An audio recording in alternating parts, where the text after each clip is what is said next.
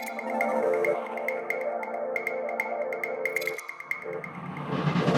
safe for work. Not safe for work. Hot people, hot jobs. Not safe for work. Well, hey everyone, welcome back to Not Safe for Work. I'm Chloe, your host. I'm going to do something a little bit different than I usually do if you're watching the YouTube episode, and I'm actually going to read from my phone the full title of the guest today. One, because it's a bit of a mouthful because they have 70 jobs, but two, because I want to make sure to be getting this right. So forgive me while I read off the cue cards for a moment. That being said, I'm really excited for this guest today just to talk about all of their very different jobs and balancing kind of having multiple streams of income, but particularly in the industry that they're in, which is real juicy and we're going to get into in a moment. So without further ado, I'm excited to bring on our guest today. They are a writer, adult performer, and content creator, all focused on sex-positive activism, aiming to end the stigma around STDs, slut-shaming, and promote safe sex practices. Without further ado, please welcome Cassie Black, the Safe Slut. Hi, thank you for having me. Thanks for coming, Yes. Cassie. You look amazing. Thank you. Literally, when I just, that was the first thing I said when I saw you. You walked in and I didn't say hi, whatever, it's great to meet you. I was like, wow, you look amazing. Thank you. When I was walking to the subway, I didn't get catcalled. Some man was just like, I'm not trying to holler at you, but you look really good. And I was like, that's how I feel right now. Thank I was you. like, yeah, no, the fit is fitting. Thank you. Thank you. I love it. Well, Slay, welcome to Not Safe for Work. Thank you. Well, so I know you have many different avenues of income at the current moment. I want to get into all of them today, but I think I want to just start with telling the listeners, kind of a bulleted list of what all of those are. So, give us a high level. What do you do for work? If someone was to ask you, what are the main things that you're working on these days? Well, usually it depends on who's asking. That's fair. So, and I think you're going to understand now. Yeah. In a moment. Yeah. So I run Safe Slut, which is a sex positive brand where there's various sources of income through that. So I do a lot of writing on my Patreon. I sell sex toys, merch, and products for people with herpes.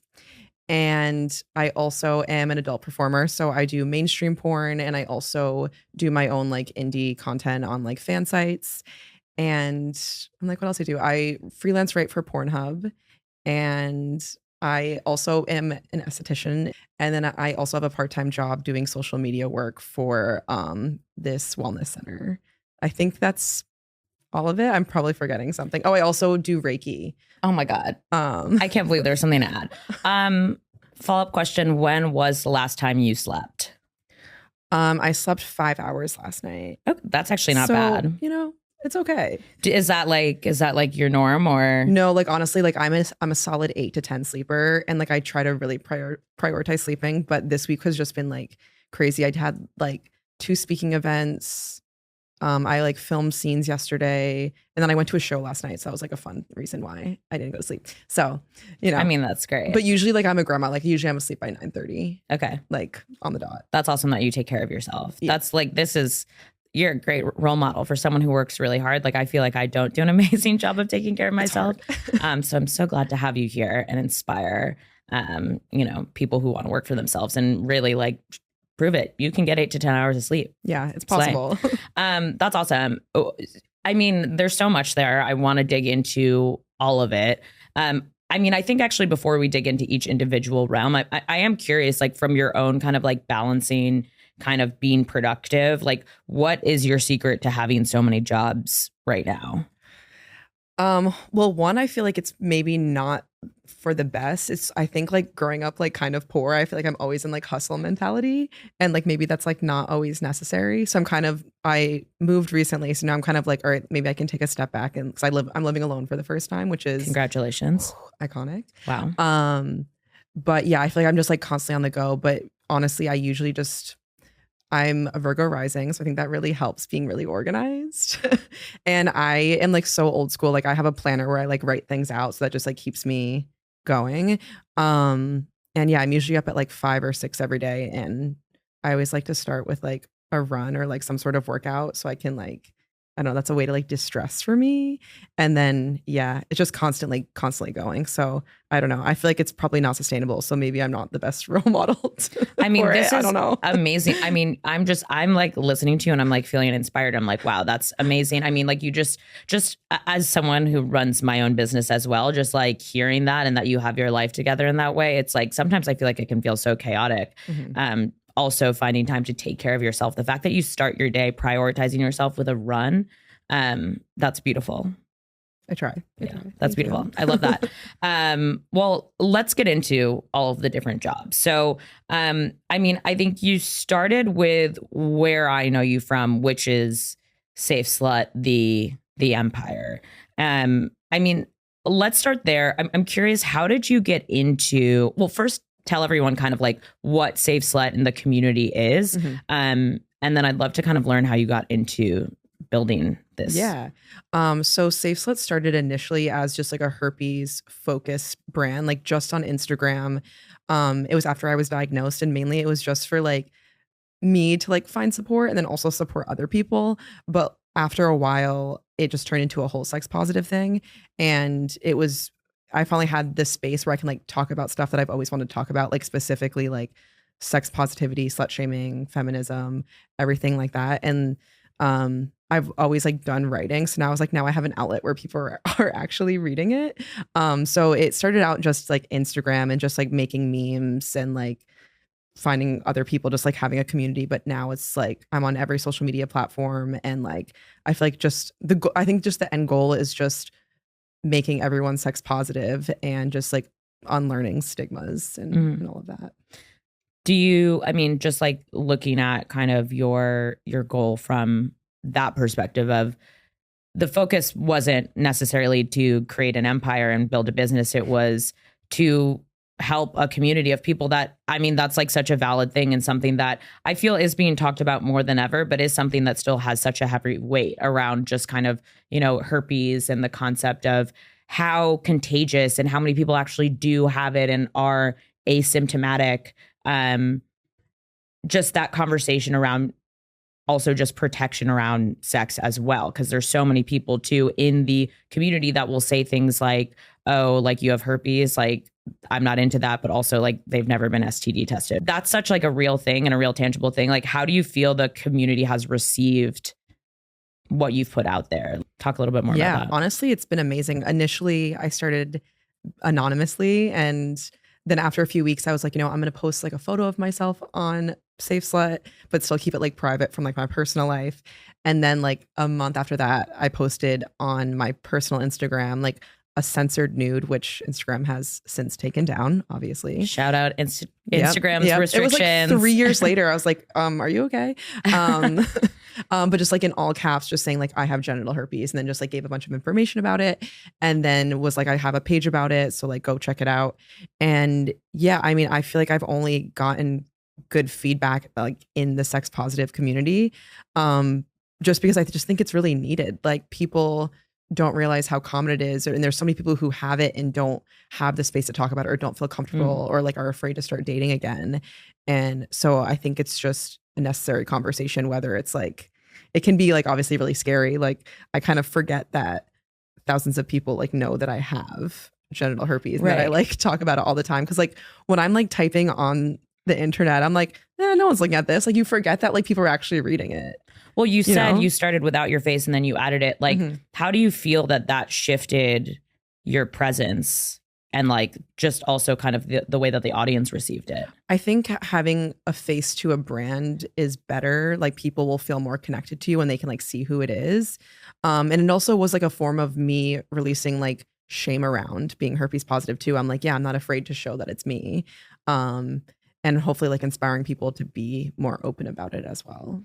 I mean, I think that's also something like that can be applied to any business, like around the releasing shame, like around just putting yourself out there. Like that's something I talk about a lot when I'm giving people advice on how to get sponsorships or how to, you know, promote something. You have to get rid of that shame in order for it to be successful. And whether that's posting yourself and revealing who you are behind something, or just, you know, going out of your way to make sure that this information is seen, even if the people that you know back home might see it.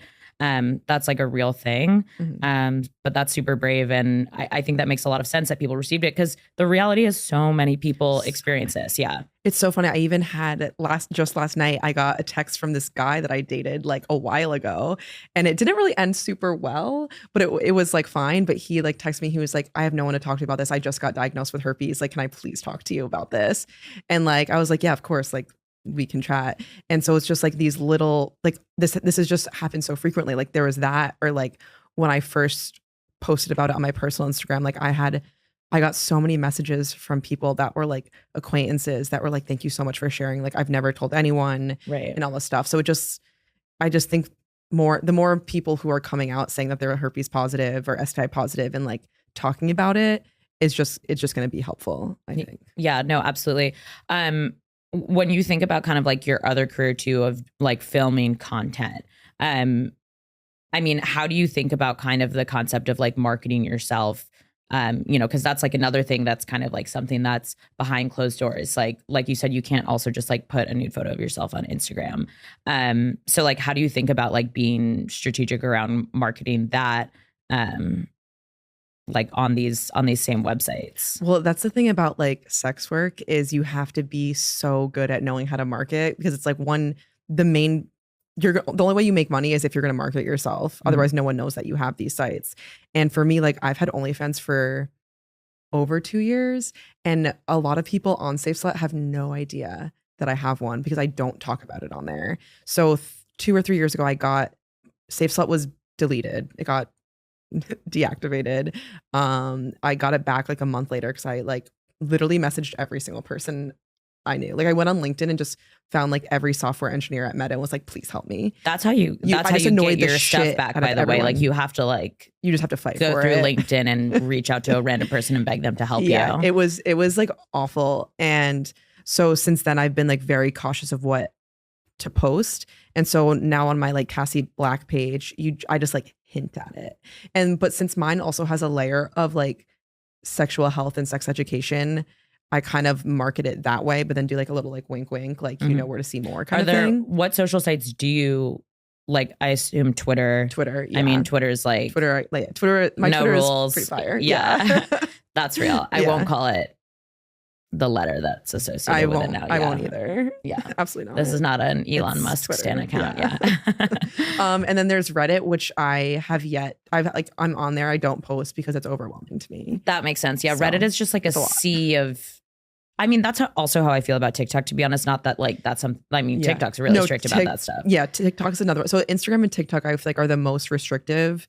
And I feel like people are always like, don't believe me when I say this. I'm like I used to be, not anymore, like very camera shy. So making TikToks was really hard for me. And I was like, I don't want to do it. So now I'm like getting into it. And how did you build that confidence?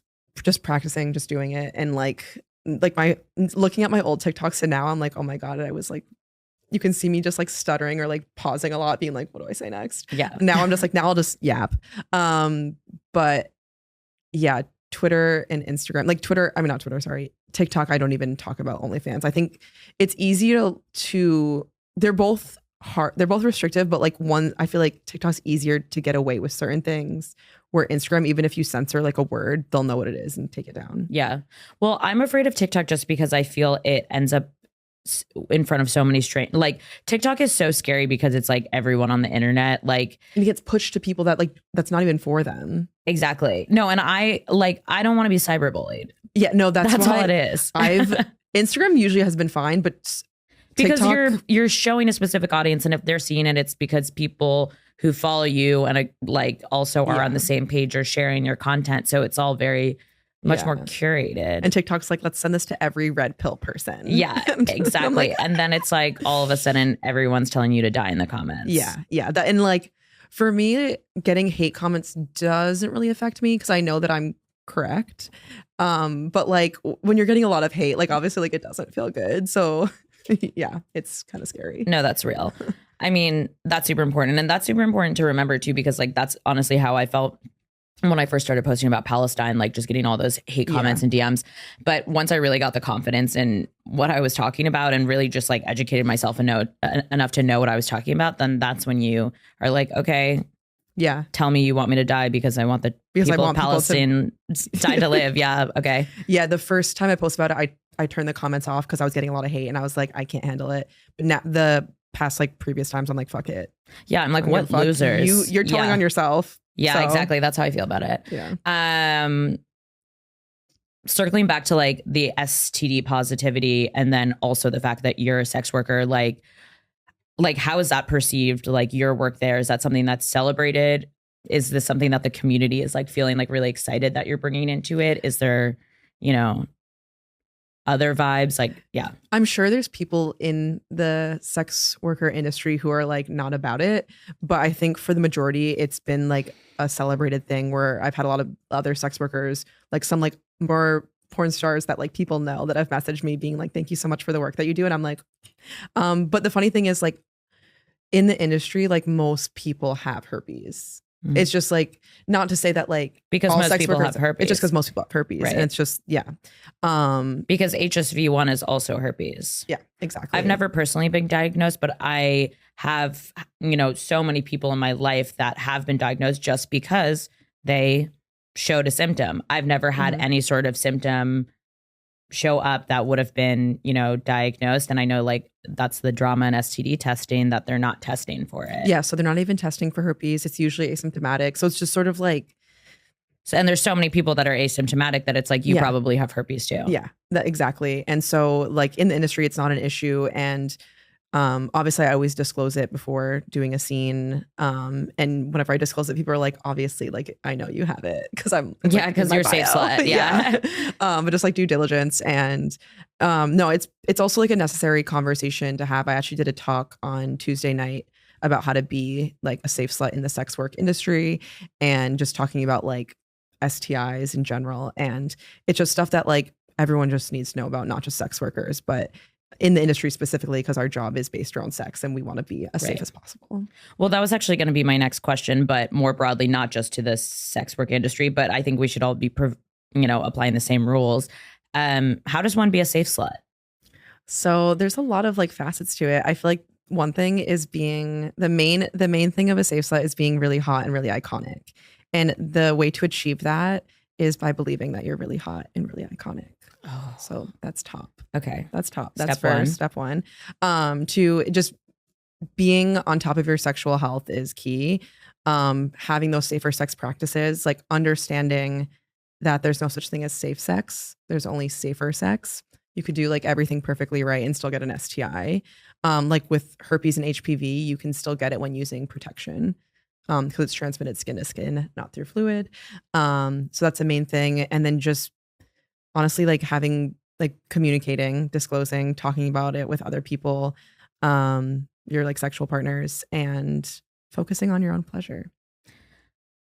That's beautiful. Mhm. When you think about being a safe slut on the internet, you've got a platform on the internet that's huge. You've got a lot of followers on social media. And then you also have your other platforms that are specifically around sex and sex work. How do you keep yourself safe as a safe slut, like on the internet? Because there's so, like we were just talking about this with TikTok, like there's so many scary people on the internet. Like what works for you there? What do you practice there? I love the block button. What triggers it? If anyone's like being like actively mean, like if you can always tell when someone's like just trying to like have a conversation about something that maybe they disagree with you, and that's fine, and like I'm here for the discourse. But like when someone's just like being just like actively rude, or just like, it's like always like just like incel-y type guys. Like if I like if you see them and you see like, it's usually like their like profile will be like some sort of like anime person, and then it on their bio will be like, you're probably here because I pissed you off. So it's like there are accounts that are trolls on purpose. So if I can Right. tell that you're just like a troll account, like you're getting blocked.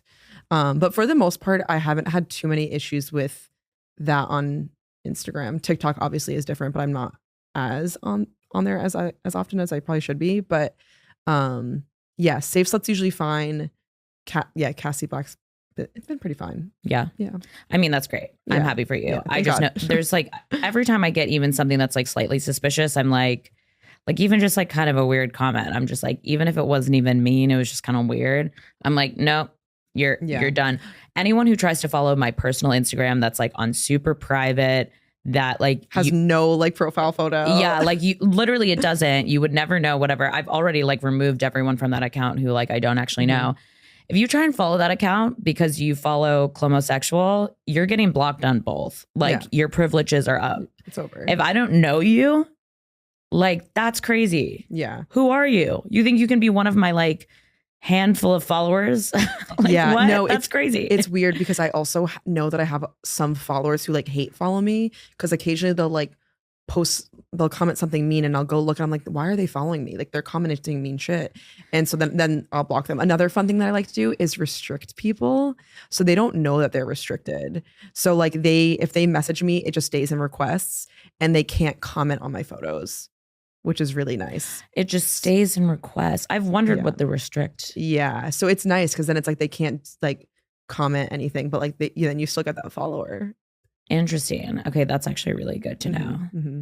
I'm also curious about the writing for Pornhub job. You said it's freelance. Like, what is that? So that one's like very chill. It's just like once a month I'll write like I can write. I don't really like pitch it to them. I just like write what I want about anything like in the sex, dating, sexual health realm.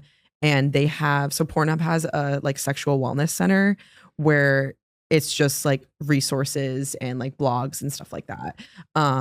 So yeah, just like once a month, like 750 words, just kind of, just like a fun little side thing. That's like awesome. Quick buck, I feel like there's so much of that. Like there's a lot of like work for like that kind of way to consume porn now that I feel like exists. I mean, just like the internet is, widespread at this point. I feel like that's like a really interesting way of like kind of getting into sex work, of just like writing about it. Yeah, well, it's a nice like thing that goes along with like the work that I do. Because then they'll on Pornhub, they're not on Instagram anymore because they got banned, but on Twitter they'll tag me and post my article. So it's like one, it's getting traction to like my page for my like sex work, but then also people are reading the work. So it's all around like good. So another thing that you had mentioned too is that you're also an esthetician. I think it's like really interesting to think about what having a hot job means, what you call that your day job, what a day job is, like the possibility of being able to still work multiple jobs and feel, joy, and, not feel like totally overwhelmed. I guess like, how do you feel about that right now? Is like esthetician still going to be something that you focus on long term? No. Okay. So it's just still your day job. It's like paying the bills, and it's something that I'm probably going to slowly phase out of as like my other work becomes more profitable. But it's definitely a solid job to have, because even though being an esthetician, like there was a time where I regretted doing it because there's not many benefits and the pay is not that great for that.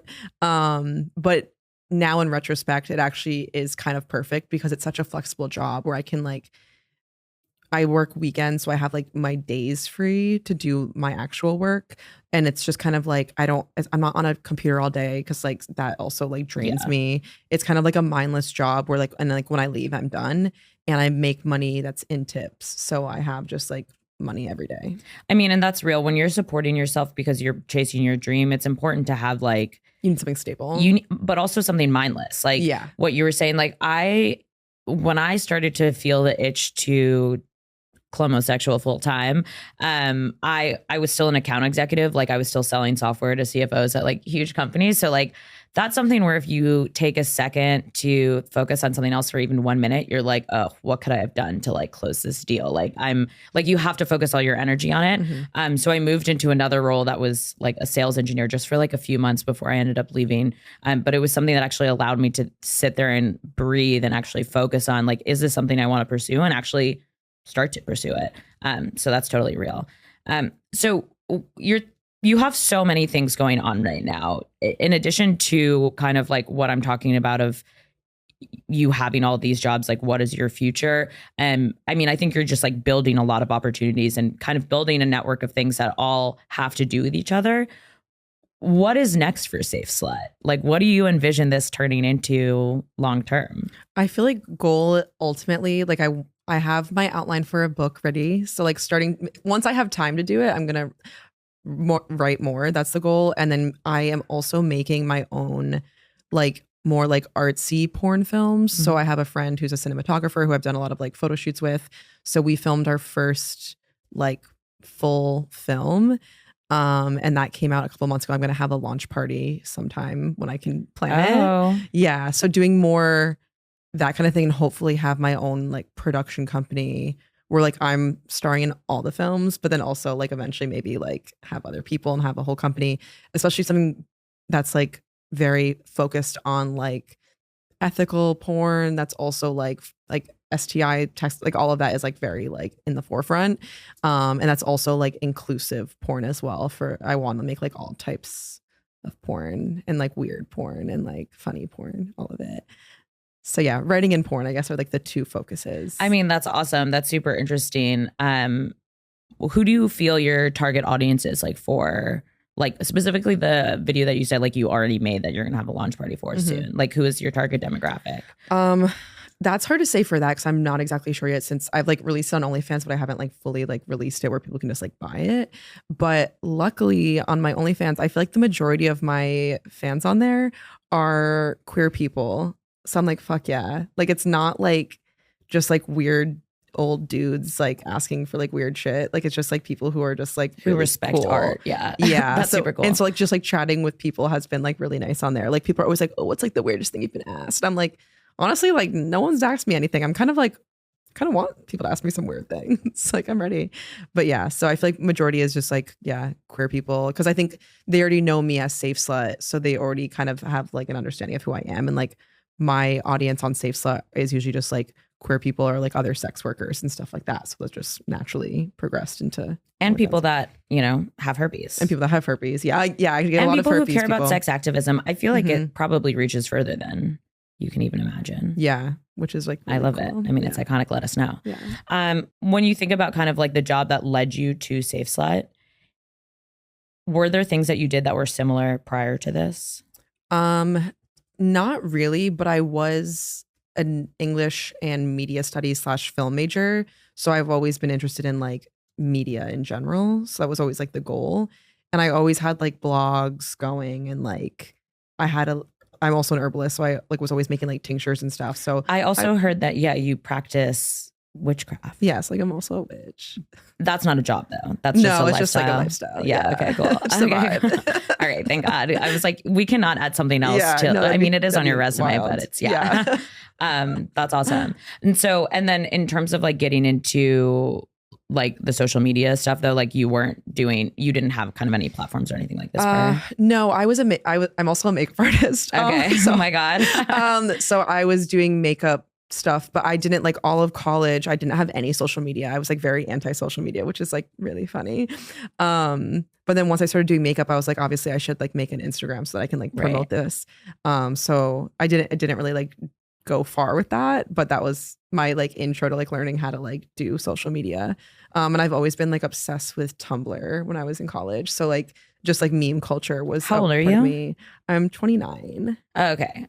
I thought you were younger than me. And so when you just said Tumblr, I was like, how old are you? I'm 28, but I'm turning 29 this year. I'm like 29 in life years because I was the youngest in my grade my whole life. Well, I'm turning 30 next month. So. Okay. So that's crazy. What are we doing to celebrate? I have a week long list of things. Okay. Doing very Leo of me. Oh. So. Okay. I'm doing like a hiking trip upstate with like some friends, and then I'm having like a small party, and then I'm having like one big rager, and then I'm having a day where I go like hiking alone and like do my own thing. I love that because it's important to celebrate with yourself. Yeah.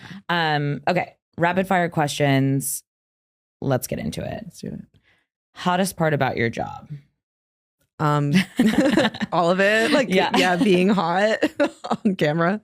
Being hot on camera? Yeah. That's like fair. Really fun. Yeah. Do you have one job that you feel is hotter than the other? Like, do you feel like Safe Slut versus? I mean, I feel like making porn obviously is like just like fun because it's like a self-expression and just makes me feel hot. But I feel like they're the same thing. Safe Slut and Cassie are like, they're just a different extension of one, right? Kind of thing. Yeah, that's real. Yeah. Okay. Biggest misconception about your job, and I'd like to talk about biggest misconception about your job, but then also like, let's talk about it from both, from like sex activist and also performer. Yeah. Well, I feel like the work. misconceptions for those are going to be the same. Just as a person, people always think that I'm poly. I'm very monogamous. Like I'm a very monogamous lover girl. Okay. So So no one try and bring you into their polycule. Like, yeah, like don't I can't. don't even think about it. You're not interested. That, and obviously like I am very slutty. I like having sex a lot, but I think people have this idea that I'm probably just like wild all the time. Like I'm usually just sleeping. Like I'm kind of in my celibate era as well. Unless it's for work, I'm like no. I was talking about my celibate era before cameras started rolling. Yeah. Just for context. So yeah, also Yeah. that's my vibe. Slay. Yeah. Okay. Maybe I'll be out of it by the time this airs. Hottest job you've ever had. These current jobs do not count. When I was in college, this one like isn't hot, but it's hot to me because it was just like kind of iconic.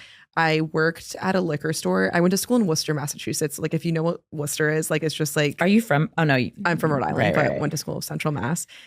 New England. Right. New England girl. Yeah. So like Worcester is just like a very iconic city. It's like very like grungy. So like I just worked at a liquor store and it was just like all like the townies that like worked there. So it was just kind of a vibe that like That is hot. and I would just like show up just like stoned all the time. Like it was hot. Like and that's when I was in my deep goth phase. Like I was doing full goth. Like so like I was like the girl at the checkout like in full goth drag. What do you call this era? This is probably my true form, like whimsy goth vibe. Whimsy would goth. be like the I feel like I'm in a Victorian, transitional like- era personally, and I'm like reevaluating. I feel like I'm always reevaluating. Yeah, now. that's fair. Yeah. On to the next thing. Yeah. Hardest job you've ever had. I've had a lot of jobs. Okay, so another misconception about me is people think that I'm very outgoing. I'm very shy. And right after college, I got this job at this like shoe store, but I ended up getting scammed. I thought it was a social media job. It wasn't. I was selling shoes at a kiosk in Faneuil Hall. And I had to cold call people and be like, hey, do you want to buy these shoes? Want to buy these shoes? That is not my vibe. So I didn't sell any shoes because I'm not doing that. And now look how good you are at just Maybe it was that. talking Maybe it's to that what helped strangers. me. Yeah. That was the origin story. Yeah. that That's the led lore. to more Yeah. work like that. Slime. Okay. What do you want to be when you grow up? I want to be a witch that lives in the forest and just like chills. That makes sense based on everything else you've kind of talked about. Yeah. I love that. I mean, that's a really good goal. Yeah. I would love to visit you if you live in the forest at some point. Trying to go upstate and just No, I hang. Yeah, I connected that dot. That's something that survived. Yeah. That's cool. Well, if you were to give the listeners a bit of advice on just, chasing your dreams and doing something that you want to do, whether it's sex work or otherwise, what would you tell them? I feel like a big thing is like speaking things into existence. And like the more you say things, I think the more it's going to come true, and like having the right mindset. I think for a while I was like, I don't have enough money to do this, or like, I can't do this because of this limitation. And so I was in this mindset that I couldn't. But if you just keep just like telling yourself that it's going to be possible, and then also like, so like that kind of like manifesting kind of vibe, but then also having like a solid goal and like staying on track and sleeping 8 to 10 hours. And sleeping 8 to 10 hours. Yeah, that's no, key. I used to prioritize sleep, and I'm going to get back to that. Yeah, it's needed. If you were to give them a bit of advice on getting into specifically sex work, what would you say? That's kind of a loaded question also, because it is like a choice. Just because like understanding that like your family is going to see it, your friends are going to see it. So you're going to have to tell them at some point. So as long as you're comfortable with that, you're going to deal with a lot of censorship. You're going to deal with a lot of banks that are like, if a bank finds out that you do sex work, they're going to shut you down. Other jobs, getting outed, all of it. So it's kind of a lot, but it can be really empowering, and I love it. So just kind of taking it as it goes, I guess, would be the main thing. And like knowing your boundaries is like the biggest thing as well. Tell us what you have to promote. So I have my website, safeslut.shop, where I sell merch, my like herpes potions, Vibrators. which are I'm not going to be selling once they're gone because So get them now. get them now. I only have like a handful left. They might be gone They by might the be gone time by the this- downstairs. Yeah. Yeah, just because Sorry. it's too hard to market it on social media because it keeps getting flagged. No way. Yeah, I wonder just, how it's like a all headache. those companies do it. Yeah, That, I like, don't know. That's all they sell. I feel like I'm like targeted. I don't know. Oh man. So it's just I don't want to do it anymore. Meta, if you're listening and you work at Meta, Yeah, help Safe Slut. Help me, please. Yeah. And then I have my Patreon, just Safe Slut, where I do like writing about sex and dating. I also have a herpes support group on there. And then my OnlyFans is the Cassie Black. Slay. Well, thank you so much for coming. thank you for having Truly a me. not safe for work job. Yeah. So hot, so interesting. Love it. Thanks, guys.